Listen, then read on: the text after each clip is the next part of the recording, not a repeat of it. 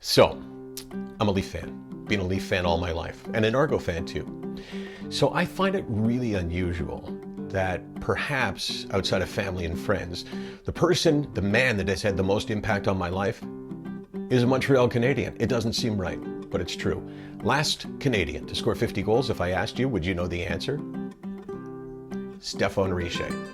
Stéphane Richer was a guest on Off the Record. Now, I guess I should tell you why I'm sitting here talking to you at this point. This is the daily Landsblog, and I'm going to be here every day talking to you, not because I like to go in my basement and talk, not because I'm looking for more opportunities, but for this reason. Because I believe there's a huge value in sharing, and there's a huge value in knowing that you're not alone. So every day I'm going to be here, and when you feel like the desperate sense of loneliness or hopelessness, it's a place to turn.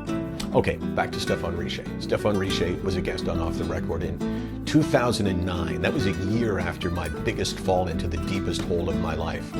And I asked Stéphane outside our green room, because I remember he was standing up against the wall. And I said, Stéphane, you don't know me. You owe me nothing. But I'd like to ask you about your struggles with depression. I had read that he had struggled with depression in the 90s. And he paused and he said, nothing. So I said, look, when I throw it out there, I too will mention it. I never talked about it on Off the Record or publicly at all. He thought again and said, okay. We went on the air, talked for maybe 90 seconds. I know it's about pride and the big ego stuff, but we're not, if we think we're tough, we're not tough. Try to find a person to talk with, and don't be afraid of it. When I threw the commercial, I said, and I understand how you're feeling, because I too have experienced that. I've struggled with depression for the past decade. That's how long it was at the time. And I'm on medication and I'm doing better, but I'm not ashamed and I'm not embarrassed. So that was it.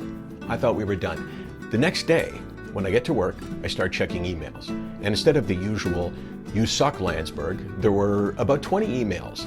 And they almost all started the same way. It was, hey, Michael, you are the first person I've ever told this to. And they said that were telling me this because I wasn't ashamed or embarrassed, and they didn't feel like they were as well. So I went through all of the emails and I responded to many of them, but there's one that stands out and I want to read it to you.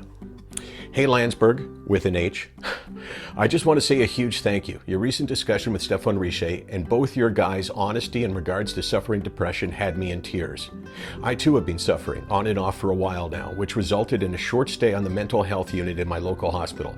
I'm a 34-year-old guy, divorced, father of a 6-year-old. So far my rock bottom has been looping a belt around the railing of my balcony of my apartment.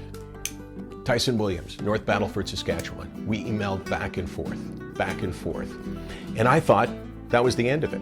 I thought, well, maybe I did him a favor. Maybe Stéphane and I, did something good for him. We shared maybe 7 or 8 emails that afternoon. After each one that I wrote to Mike, I would get up and walk to my room and get things a little more set up to finish the job. I thought it was done. It was not done. And just the thought of it, thinking about his follow-up letter 2.5 years later, gives me shivers.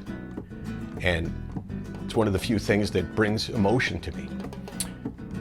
Part 2 of that letter tomorrow on the Daily Landsblog.